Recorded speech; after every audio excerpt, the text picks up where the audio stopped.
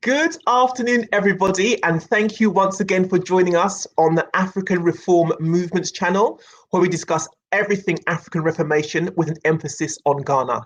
My name is Uche, I'm your host for today, and as always, we have Dr. Nii and Udako with us. If you're new, welcome. Thank you for joining us this morning. You can connect with Dr. Nii outside of the show on his social media platforms. He's on Instagram, Twitter, and YouTube. If you do connect with us on YouTube, which I hope you do, please hit the notification bell so that every time we upload a new episode, you're notified of that. So please follow him on YouTube. Don't forget to hit the like button and also share this video with as many people as you can. Okay? We do ask that you send all questions regarding this episode via the chat function in the live stream. Dr. Nii is a very busy man, as you know, and unfortunately, he will not be able to answer any questions after the show. Once the show has aired, that's it. He will not be able to answer any other queries you may have. So please use the chat function and we'll answer all of your questions. Dr. Nii has mentioned a few of his books, one of them being The Fifth Republic. All of the books that he has written can be purchased at the book store. And below there, you can see the path for that. If you don't catch this, don't worry. All of this information will be in the description box on this particular episode on his YouTube channel. Dr. Nii also has a website, sankofaafrica.com. So please feel free to check out some articles and writings of his there as well. Okay, so today, the topic is energy mix for Ghana. Okay, so Dr. Nii, let me know. I can't actually hear you. So let me see. One second. Oh, not that one. I can't hear you, Dr. Nii.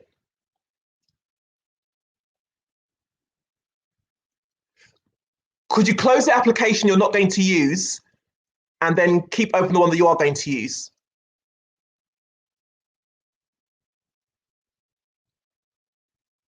Just pardon me, folks, just having a few technical difficulties here. That's okay.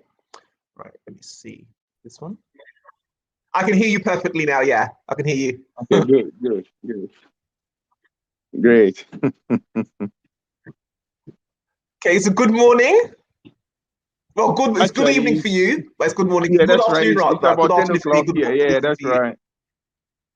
Yeah. Right, so. Okay, yeah, it's just gone 12 noon here. So, okay. Energy mix for Ghana. So let's dive right into the topic. What do you want to tell us about this? Thank you very much. But before I start, I would like to thank one particular person who is not known to the crowd. That's Christian Samoa. She usually works on the background, but she does most of the thumbnails and the other stuff that help us to get the program running. So, Christy, wherever you are, thank you very much for your free service. Thank you very much. Now, we are talking about energy mix in Ghana. Can we have the first slide, please? Yeah.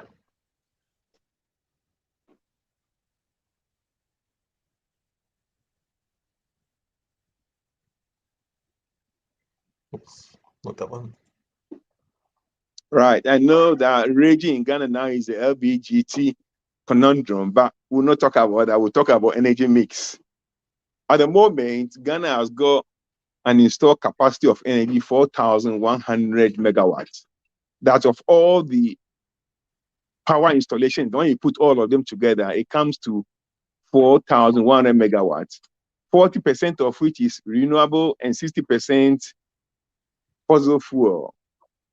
The renewable is made up mainly of the Akosomo Dam, and I think they've opened a solar farm in Nzima in the southwestern corner of Ghana. I think it's got a capacity of 1.155 megawatts. The last time I read on it was, I think, 2016. At that time, it was the largest solar farm in Africa and fourth largest in the world. But you realize the capacity of solar farms is only 1,155 megawatts. Most of our fuel stock, fossil fuel, is natural gas and diesel. But look at this figures very, because we'll come back to it. 40 renewables and 60 fossil fuel. The total is 4,100 megawatts. And unfortunately, the operational capacity is about 60%. So Ghana actually uses only about 2.4, 2.5, or 2,400, 2,500 megawatts of power. Of the 4,100 installed, we use only about 2,400 or 500 most of the time at the same time. All right, next slide. All right, so here we have Australia. Now, Australia has got installed capacity of 58,000 megawatts. Now, Ghana is 4,000 megawatts. Australia is 58,000 megawatts, almost 15 times more than Ghana. All right, Australia has got 58,000 megawatts. Ghana has got only 4,000 megawatts. Now, out of these 58,000 megawatts, 76 or 24 is renewable. That is solar 9%, wind 9%, and 6% hydro. All right, only 24% is renewable. 76% is fossil. Out of it, 54% is coal, and natural gas 20%, and 2% other. That is basically diesel. All right. So here we are talking of one country, just 4,000 installed capacity. The whole country has only 4,000, and another country has 58,000. Now, out of these 58,000, only 24 is renewable. 76 is fossil. So you can calculate how much of the 58,000 comes from fossil. Is going to be 58 times 0.76. You can do the calculation. Next slide.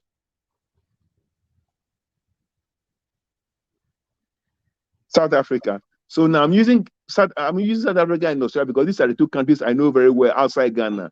They are my two adopted homes. All right. So South Africa also has an installed capacity of 51,600. 51,600. Ghana has got 4,000. South Africa has almost 52,000. All right. Out of these 52,000, almost 83.9 is from fossil. Out of this 83.9, 83.5 is from coal. So basically, it's coal. All right. Almost 84% is from coal. And then they have renewables, 16%. Now, this 16% is made up of about 1/3 of it is nuclear.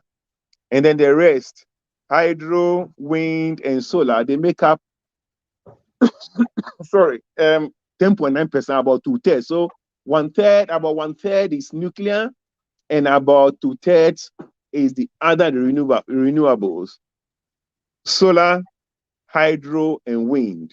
Now, mind you, South Africa is starting from 52,000, and Ghana is 4,000.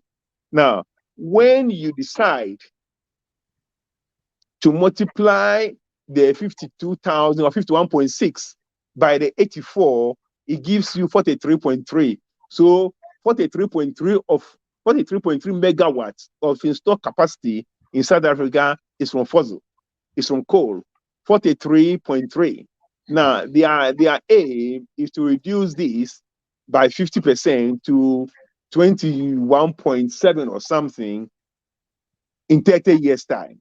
So their aim in South Africa is to reduce coal to 21.7 in 30 years' time. They are the commitment to the net zero emission reduction.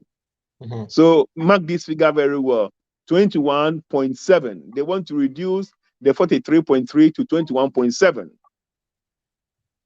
All right, that's what they hope to achieve in 30 years' time.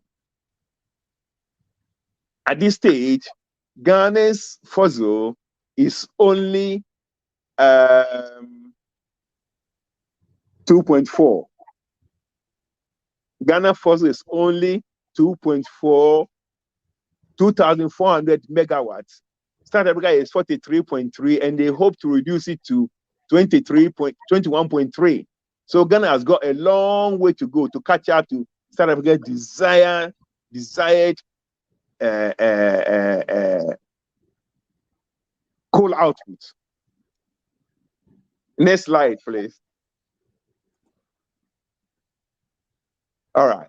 Now, it's important that because all the noise being made about climate change is focused on coal. So we need to know how much coal or what types of coal there are and the kind of energy they produce. We have 4 types of coal, right? The first one is lignite. The second one is subbituminous. The third one is bituminous. And the fourth one is anthracite. Anthracite, now, what determines the energy content is carbon, moisture, and ash. The higher the moisture and ash, the lower the energy content. The higher the carbon, the higher the energy content. Now, on these 4, lignite has the highest moisture and ash. So lignite definitely has the lower energy content. Now, when you burn a kilogram of lignite, you get between 10 to 20 megajoules of energy. When you burn the same kilogram of anthracite, you get 32 to 36. So basically, you get about double the same kilogram. So anthracite definitely is a way to go. Now, it will interest you to know that Australia is the largest exporter of coal in the world. Last year, Australia exported 32% of all exportable coal in the world. Almost a third of all coal comes from Australia. Australia has got about 10% of all coal reserves in the world. And Australia exports almost exclusively anthracite. It exports the best coal possible, and it supplies about a third of all the coal in the world. Here in Australia, the lignite is found almost exclusively in my state, Victoria. There's a place called the Latrobe Valley that gives 98.5% of all lignite coal. Australia tends to use most of its lignite and bituminous and subbituminous in Australia because of the lower energy, so that it keeps the bulk here and exports almost all its anthracite. So the coal that Australia exports is about the best in the whole world.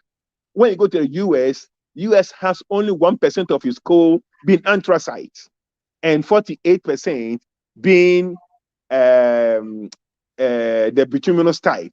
All right, so Australia has a large amount of anthracite coal, the clean coal, and that's why it exports. About a third of all the coal that is exported in the world comes from this country. Next slide. Now, we all have been bombarded and continue to be bombarded with this climate religion, this new religion called climate science or climate whatever. For the avoidance of doubt, I want to make it clear that I don't believe God. There's no science behind the science they talk about. Okay, I don't believe in climate science or what they claim to be climate science. It's pseudoscience. You see, if you did carbon cycle in secondary school, you know how carbon dioxide interacts in the universe. It's very, very basic. And you know that all this they are talking about is actually a load of lies. In the first place, carbon dioxide constitutes only 0.04% of all the gases in the universe. Only 0.04% of all the gases here on Earth. Sorry, Dr. Nii, where is it for those who want to know? Where is the data for that figure? So if they want to check that figure, where they find information on that? Oh, yes, Google. Yes, Google. Okay. Yeah, anybody can Google. Only 0.04% of all the gases is carbon. But this is secondary school from 2 basic science. Anyway, and then out of this 0.04%, only 3% is from human activities. 97% is not from human activities. It's from the ocean, it's from earthquakes, from volcanoes, and things that we have no control about. So all that they are talking about, you can just Google. Anybody can Google right now as we speak. You get the results there. only 3% is from human activities. Now, I don't want to give all these difficult figures and that, but you can just Google that one and see. But now, what people don't quite understand is this. There's a reason why we find there's something we call carbon dating. We know what's carbon dating? Do you know why we do carbon dating? We use carbon dating to find the age of living things. Okay, it's because of a type of carbon called radioactive carbon that decays. So that if you know that this laptop here, well, lap is not a living, but if you know that this plant has so much of carbon, but then you go and do carbon, then you find so little of it, you can be able to calculate based on the half-life or radioactive carbon that this thing has been there 1,000 years, 2,000 years, 3,000. And the reason why I use only carbon is because carbon is a footprint of life. You find it in every living thing. Okay, that's the only thing you find in every single living thing, because that's the skeleton of life. When people say they want to live in a decarbonized world, they basically attend that they want to live in a world that's turned up on its head. The world will be is complete destruction of the world and industry. The whole of the revolution, the industrial revolution, the whole of industry in the Western world is based on carbon. You can Google this anywhere, you find it there. Industry in the Western world is based on carbon. So to say that you want to live in a decarbonized world basically means that you are going back to the what? To the caves. I know there's a lot of, but mind you, the same group of people who have been championing this carbon nonsense, the same group of people who have been championing the LGBT group. They are launching a cultural Marxism on the world with no facts. They will tell you to believe in the climate science, but they don't want to believe in the biological science that female is XX chromosome and male is XY chromosome.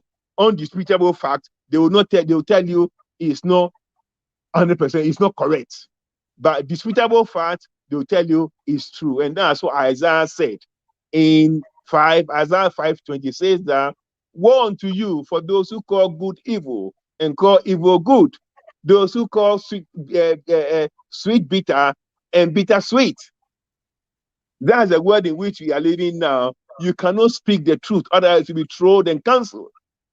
They will not want to hear any alternative view because they know that when they are challenged, the science does not support them.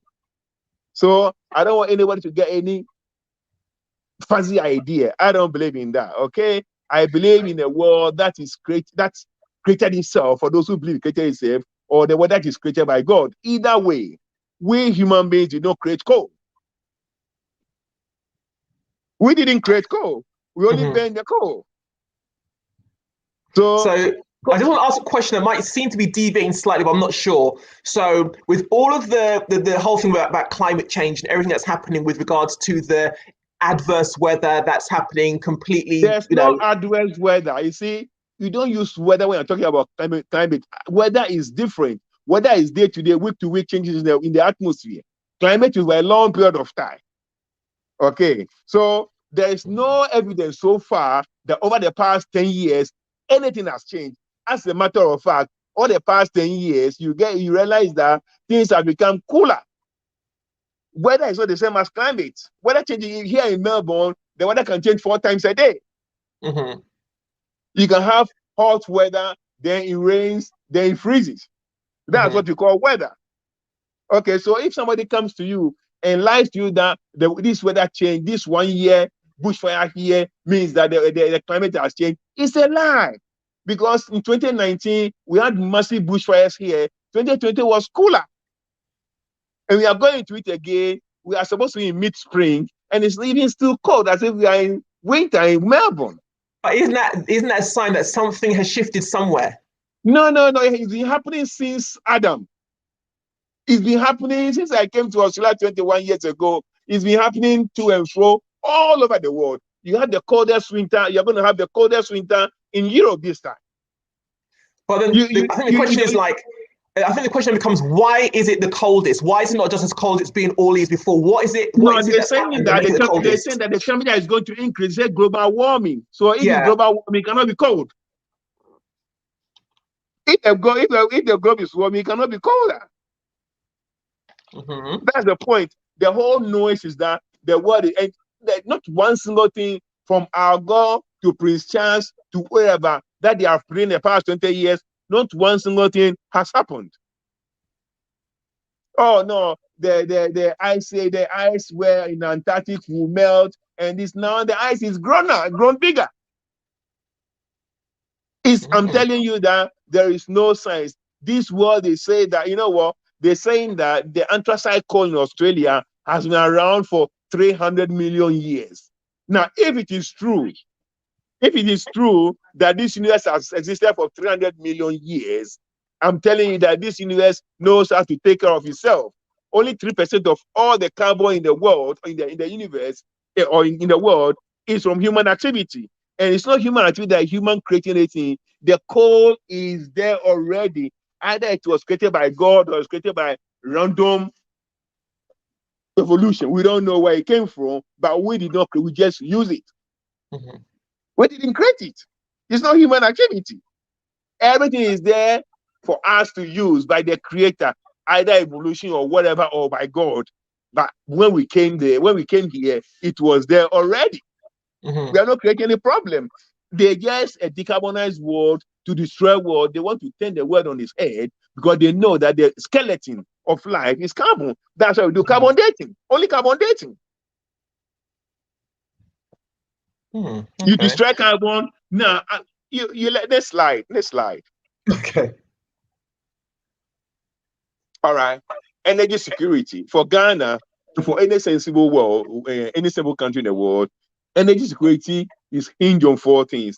It should be available, it should be appropriate, it should be affordable, and it should be reliable. Okay. If you're a nation that you want to move forward, your energy security should be tight. And that's what determines U.S. foreign policy. That's why U.S. government poses up to the dictators in the Middle East. They know that for their industry to survive and to sustain, they need secure lines of what? Energy supply. And they find it's available in the Middle East, it's appropriate for the industry that America has, it's affordable, and it's reliable. Now, England or UK is making noise all over the place. And now, UK, because they stopped their coal plants, they are importing, UK for the first time in its history, is importing 10% of energy from France, which is using nuclear. The whole UK there has only 4% of its energy needs as reserves. So if France decides to cut supply to UK, UK will be deficit by 6% of its energy needs because it's close its coal fired plants. Now, because of the shortages there, they've gone back to fire some coal-powered plants. You can't do without it, at least not now. But anyway, so for a country like Ghana, you have to look at available, appropriate, affordable, and reliable source of energy. Next slide, please. Good. Now let's look at the global greenhouse gas emissions. Africa contributes to greenhouse. Let's listen carefully, okay? Africa's contribution to greenhouse is 2 to 2.5%. 1.7 billion people, they contribute only 2.25% of all the greenhouse gases in the world. Only 2% is from Africa. 98% is from outside Africa. We are not part of the problem, so we are not part of the solution. Okay, we haven't created any problem, so we are not going to. Now, out of these 2.2 to 2.5, South Africa alone is 1.1. So South Africa alone produces almost half of all the greenhouse gases in Africa, and that's why you know that South Africa is the only industrialized country, because greenhouse is linked to industry. Coal is linked to industry. Now we know that the energy consumption in the country is a better indicator of its economy than GDP. And that tells you why South Africa is the strongest country in Africa. It alone produces about half of the GHG, greenhouse gases, in Africa, South Africa alone. And that's based on 51,600 megawatts of installed capacity, 84% of which is fossil fuel. And that's why it produces 1.1. My country, Australia, produces 1.3%. Produces 1.3% of all emissions in the world. 1.3. So if we decide to bring our emissions to zero, it will not change anything because 98.7 comes outside of Australia. Only 1.3% comes from Australia. Now, this is the big thing. China, one country alone, produces 32%, 24 times what Australia does. 32% of all greenhouse gases in the world is from China. And this year alone, China is building 100 coal-fired plants. As we speak right now, China has got 1,081 coal-fired plants in its country. Wow. 1,081. And China produces 1/3 of the world's green gas emission. The whole of Africa produces 2%. 1.7 million people, because there is no industry there. Now, what they are telling us is that we should stay at that level and remain unindustrialized. You people will have to understand what is going on, okay? China produces 32%, Africa produces 2%. Now, for us to keep at pace, the problem that we have not created, we are not part of the problem. So we shouldn't suffer to be part of the solution. As I'm talking to you right now, Australia produces 1.3%. 25 million people produce 1.3% of all the green gas emissions in the world. And Africa, 1.7 billion, is not even 2 times what Australia does. Okay? Now, to remain decarbonized, to keep our level of carbon emissions in Africa means that we are going to remain unindustrialized for the rest of our lives. If China gives 1.7%, okay, 32%, and there are 1.4 billion people, they are less African population, we should also be producing 32%. But we don't even have 5%. We don't even have 3%. And then somebody comes to tell you, oh, green gas emission, and the stupid African says, oh, yeah, we are part of it. Sorry, I'm not part of it. US, United States of America, produces 10%. Between US and China, the first 2 leading economies in the world, they are producing 42%. Close to half of all the emissions in the world. Africa is not even 3%. So what are they telling us? Remember where we are? The only country in Africa that is, but you see, they can't hit South Africa. Oh my God, South Africa, although it's producing 51,600, it's got 51,600 megawatts. South Africa produces energy for Lesotho, Swaziland, Namibia, part of Botswana, part of Mozambique, and southern Zimbabwe. So they know that, yeah, it's produced in one country, but it's spread across the whole of Southern Africa. Okay. Now, South Africa is in a position to reduce it by 50% because it's got a nuclear technology. The only country in Africa, 5.2% of renewable, 1/3 of renewables is from nuclear. And as you all know, Namibia has lots of uranium. All right. So because South Africa supplies Namibia with electricity, we can easily use the uranium from Namibia for its renewable production of electricity. So it's in the best position to do that. But Ghana, we don't have the technology. We don't have uranium. All right. Now, we have to be very careful what you are talking about here. I'm telling you people that Africa produces only 2% of all the emissions in the world. We are not part of the problem. If it's a problem, we are not part of it. Because America, with 330 million people, produces 5 times what the 1.7 billion people produce. Okay? America produces 5 times, China produces 16 times what the whole African produces. They can solve that problem, not us. Okay? We need affordable power. We need reliable power. We need available power. We need adequate power. And the cheapest power, cheapest by far, is coal. That's why China is still building, because coal is poverty alleviating substance. Coal is for industry. Coal is for industry as carbohydrate is for your body. You need carbohydrates for your cheap energy. Fat has more energy than carbohydrate, but fat is more expensive and got other side effects to the body. Carbohydrate is the cheapest source of energy for your body.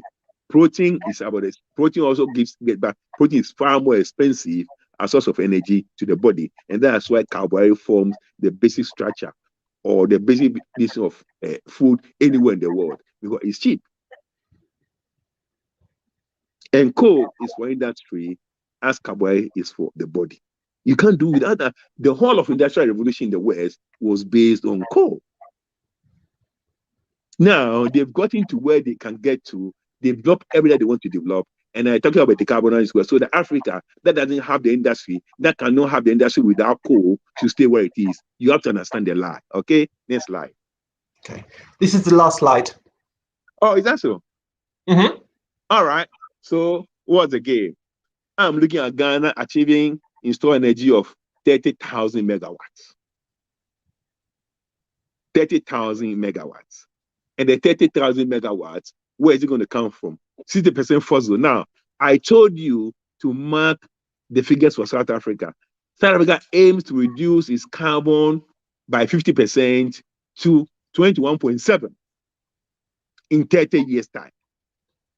Okay, because it cannot replace using very quickly. But they have got nuclear technology, and they've got uranium in Namibia, and they've got the whole Kalahari Desert and Namibia Desert to dispose of their nuclear waste. We don't have that luxury in Ghana. Okay, so now we have 30,000 megawatts. 60% of it is 18,000 megawatts, still lower than that of South Africa. When South Africa gets its desired position, it's going to 21.7. Ghana, if you do even 60% of the 300,000 to 30,000, is still only 18,000, much lower than, and much lower than the fossil fuel in Australia. Even in Australia, if Australia reduces its disease by 50%, we'll still be sitting at 36, we'll still be sitting at 38% of 58. Okay, so that's almost 40 by 58. That is 22. So even if Australia is able to reduce its carbon emission by half through reducing coal and whatever, it still comes to 22,000 megawatts installed power. And Ghana is talking of 18,000 at 60% of 30,000 megawatts power. So that's why I'm looking at it. And I'm not interested in anything that anybody says, because as I've told you already, if we do not get to this level, we can never industrialize. We can never. Let me tell you something. The largest integrated solar farm in Australia is in a place called Kiran. Okay. Now, outside Osu, I have lived in Kiran more than any place on this earth. And when they started the solar farm in Kiran, in northwestern Victoria, the project manager was my patient. 2016. Oh yeah, he was my patient. We spoke about this I mean, we spoke about this program. In fact, that's when my interest in this other aspect of energy actually hooking up. Let me put it that way. As we are speaking now, that solar farm there, okay, that solar farm in Kiran started working in April 2018. Now, it covers an area of over 300 acres. Yes, over 300 acres to produce that. You see, people don't understand this, but Victoria, the state of Victoria, is the size of Ghana. The population of Ghana is 31 million. Population in Victoria is 6.7 million. They have space. They have space to have solar farms. That will not disturb settlements. They have used 327 acres to develop the solar farm, which is only 60 megawatts of installed power. Only 60 megawatts. Now, when you get a solar farm, okay, because the sun doesn't come up every single day in the year, you have to have storage to make it continue to be useful to base load. To be useful to base load, you need to have batteries. Now, in Kiran, we have the second largest battery in Australia, and one of the largest batteries in the world is 50 megawatts installed. So it can store about 80% of the energy that is produced by the solar farms. Now, the mechanism, how, so it produces 60, or you got installed capacity of 60, 50 is stored, and that's transferred to national grid. I don't want to discuss how the mechanism, but basically, to install that 50 megawatt power alone is $25 million. The solar farm, he said, I think it's about $300 million, something like that. It's a big amount of money. But the battery alone, to make sure that there's no fluctuation, it stores it, so it discharges to the battery continuously. So whether there is sun or there's no sun, because it's stored, it keeps discharging. And that's what the project manager. So I spoke to him one time. He came to see me with some problem, and I was talking. They asked me Ghana population, Ghana size. Then he said, "You know what? I'm telling you, you cannot use solar. You cannot use solar. Logistically, it's going to be very hard because you got a very small place, large population, no empty spaces for kind of you people would rather need to have coal." Then I said, but he asked me, so how much energy? So I told him, at that time we're getting about only 3,700. We have only about 3,700 installed capacity. He said 3,700. That's what we have in this coal plant. One coal plant is able to supply the whole of Ghana as it was in 2016. 3,700. I said, I know. When I went to South Africa, I first worked in a black homeland called Kangwani, in the town called Shongwe.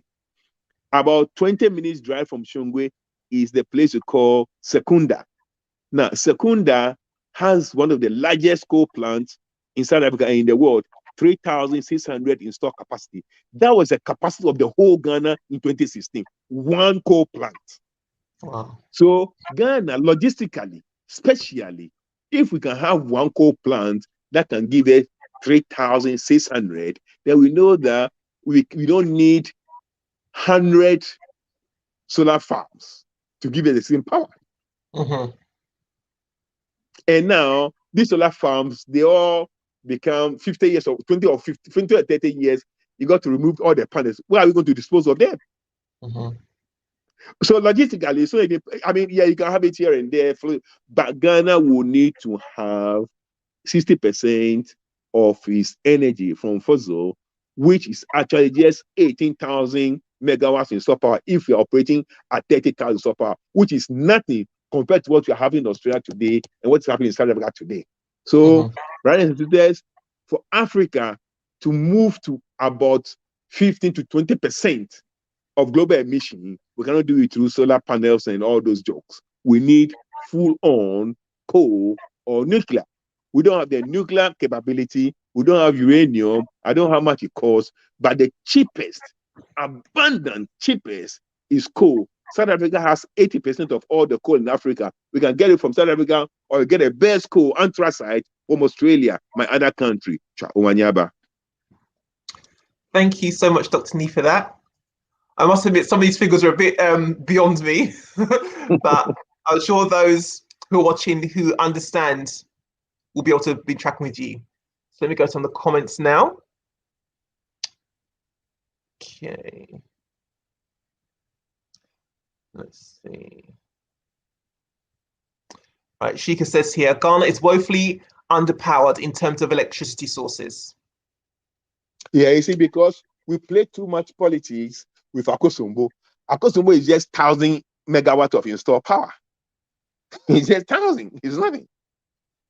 Akosombo can only light probably 10 down lights. You see, when we are talking of industry, like we have lots of bauxite in Ghana, okay, a smelter to actually convert the bauxite into aluminum, you cannot use. It's so much energy sapping. I mean, all the steel works, you know, the another type of coal we call coking coal. The coking coal is what is used. Coking coal is what is used for making steel, hard steel. You know, you need coal for industry. It's just no, there's no replacement for coal. It's abundant and it's cheap. The technology is easy. When I work in South Africa, in my hospital, Grace Hospital, in Peter Maritzburg, I was got its own energy generating plant, coal plant in the hospital. So it was cut off from a national grid. It was one of those former white hospitals, and they wanted independence and not to be interrupted by striking workers. So they had the coal plant in the hospital. So the hospital was generating its own power 24/7. 24/7. Ghana, because of the way our energy system inefficiency, and because because only our operational capacity is only 60%, sometimes we do rationing. So we block off this area in order to give this area energy. We cannot industrialize like that. We can't even supply domestic energy. So how many solar farms are you going to build to do that? We can't even supply domestic energy. We have to ration power. The cheapest, the most reliable, and the most abundant source of energy that industrializes the West is coal. At this point in time, 1.7 billion people are producing only 2% of GHG, greenhouse gases. That is Africa. Okay? Only 2%. So we are not part of the problem. You cannot run, and when you get to the you cross the line, they say, no, all of you have changed the rules. We also have to get there. Once we get there, then we can also change the rules. Okay. Once Africa start producing 15, 20% of green gas emissions based on our population, then we can say, okay, we can also wind back now. We now also industrialize. We can also now go for nuclear. We can also do for this. But as it is now, that's not going to happen in the next 30 years. Okay. We don't have the capacity to do that in the next 30 years. In the next 30 years, once South Africa reduces its coal and replaces it with nuclear, Ghana will be increasing its coal so that Africa still remains probably around 2%. That's what's going to happen. What South Africa drops, Ghana will pick it because we need to go. We cannot live on energy of 4,000 installed capacity for 31 million people. When Australia 25 million people, they have 58,000 megawatts. It's not possible. And this 58,000, 76% is from fossil fuel. So what are we talking about? What are we talking about? So my plan is very clear. Okay, we've got to aim at 30,000, and that's what's going to work very well with EcoFed. Because if we have EcoFed, we have 11 states, and we are looking at 30,000. 18,000 will be fossil fuel. Then easily we can say that each state should just get 2,000 megawatt installed coal plants. Try and you can go to, you are independent.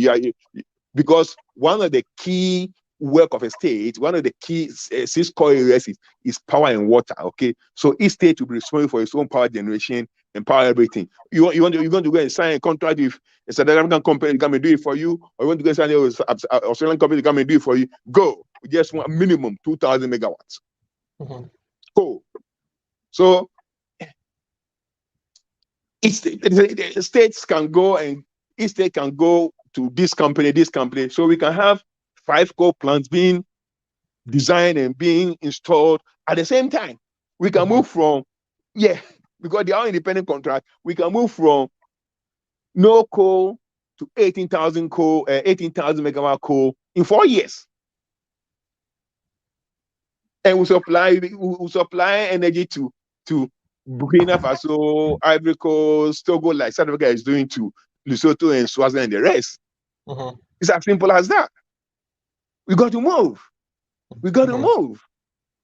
There is no reason why Australia can get 76% of its energy from fossil, and Ghana is producing $2 fossil. Why? Why should we care for the earth when nobody cares for the earth? China has got 1,081 coal plants. Australia, 25 million people, has got 19 coal plants. Ghana has none. Zero. What? What's the point? What am I talking about? So this is where I'm coming from. And let me tell you, coal means industry, okay? China is building more because China knows that if he has to catch up to the West, that's what he has to do. And nobody can tell China to stop because he won't even listen. What can you do? And because of cheap power, China is producing things cheaper than America. And the West still doesn't see it. What's going to happen is that when the stupid West goes decarbonize, the price of coal would drop because there'll be less demand for coal, and that's where we will be using the coal to catch up. We have to think why. We have to think very, very smart. All right? The world is not our responsibility to keep. That kind of tags a little bit into the question that she can ask next. Apart from hydroelectric power, what other sources of energy does Ghana use? Is a nuclear barge functional? We don't have a nuclear barge because I don't think we can buy uranium, but we use the hydro there, we use natural gas, and we use diesel. There's and then well, in 2016 there was this British company, they called them Blue Energy. Now Blue Energy was supposed to be building the largest solar farm in Africa, in Izima, in Western region. It was supposed to be 155 megawatts. Just 155, not 200, not 300, not 500, not 1,000. 155. I don't know. Honestly, I haven't read about it again because when I met this project manager, we spoke in 2016. That's when I began to read about Ghana into renewables, and I read about Ghana, but I haven't followed up to read. I don't know whether they actually come because at that point in time it was almost 250 million pounds. It's not cheap. 250 million pounds to build 155 megawatts. I'm sure we can use the 250 million pounds to build 2,000 megawatts of coal. Yeah, I believe that. 2,000 versus 155 because we are listening to some evangelists of climate religion. But I mean, I don't have time for that because I know it's all bullshit. The only way Africa can develop is to use the coal the West use to get to where they are today. It's as simple as that.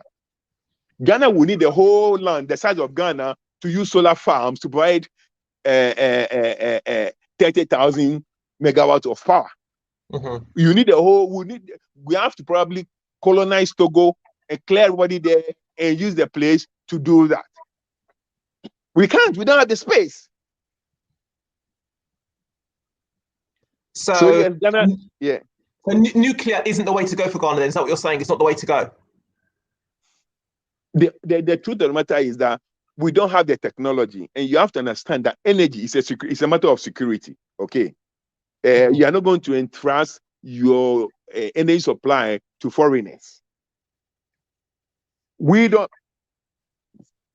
have the nuclear technology, and I don't know the price of uranium as compared to coal. But the only reason why Australia uses coal, let me tell you something. Australia has 40% of all the uranium in the world. There is no close second when it comes to uranium. Australia has 40% of all uranium in the world. But they are not using uranium. Obviously, coal is cheaper. There is no one single country that has even half what Australia has in terms of uranium. So why does Australia have so much? Is it something that they found in their own country, or where are they getting it from, or why are they getting so much? Well, Australia is 32 times the size. Australia is 32 times the size of Ghana. Australia is bigger than the whole of West Africa. So it's a big land, and for that reason, it's got big in everything. 40% of all world uranium is found in Australia. The fact that they are not using means that it's not as cheap as coal.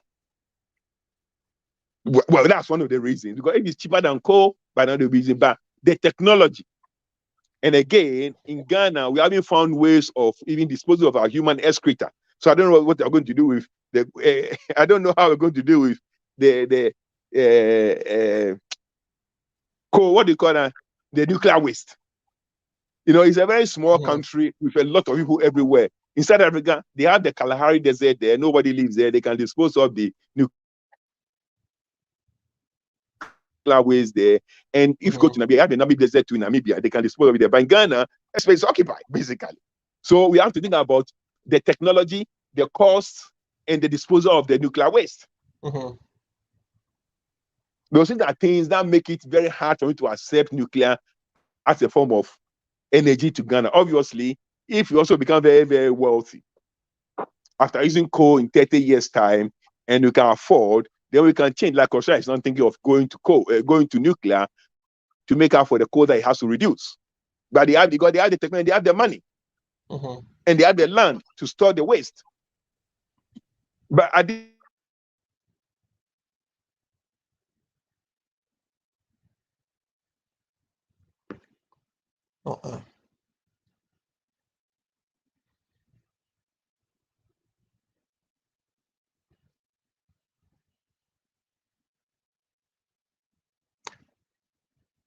don't know. Ooh, Dr. Nii's frozen. Yeah. Oh, you're back. You were frozen there. Sorry, you're frozen for a little while. No, there's no more questions. Just comments and just a couple of greetings. Ebenezer said he's watching from Ethiopia, and Sophia says she's watching from Afghanistan. That's the other two. Don't mind. I don't think she knows anywhere outside London.